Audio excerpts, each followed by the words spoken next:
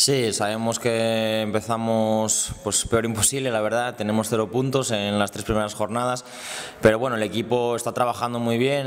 Día a día, la verdad que los días de postpartido son días fastidiados, pero el miércoles ya volvemos con toda la ilusión y la motivación posible para el domingo pues intentar ya sacar algo. Así que el equipo mentalmente estamos bien. Bueno, por suerte estamos en las primeras 3 jornadas, sabemos que queda muchísima liga, que esto esperemos que sea un bache, que luego la dinámica del equipo cambie totalmente. Entonces, bueno, tenemos que estar tranquilos, más tranquilos que nunca.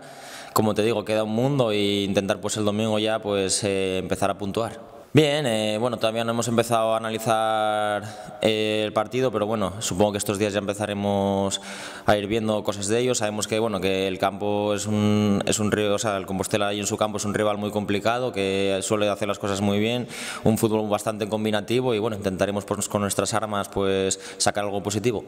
No, muy bien, la verdad que a la afición no le podemos decir nada, todo lo contrario. No le estamos dando nada en estas primeras 3 jornadas y nos están animando como nunca. La verdad que lo hablamos, que ya es hora de darles una alegría, que el otro día, por ejemplo, a Santander se desplazó bastante gente y solo tuvieron palabras de ánimo, así que ya es hora de darles una alegría e intentaremos que sea este domingo sí o sí.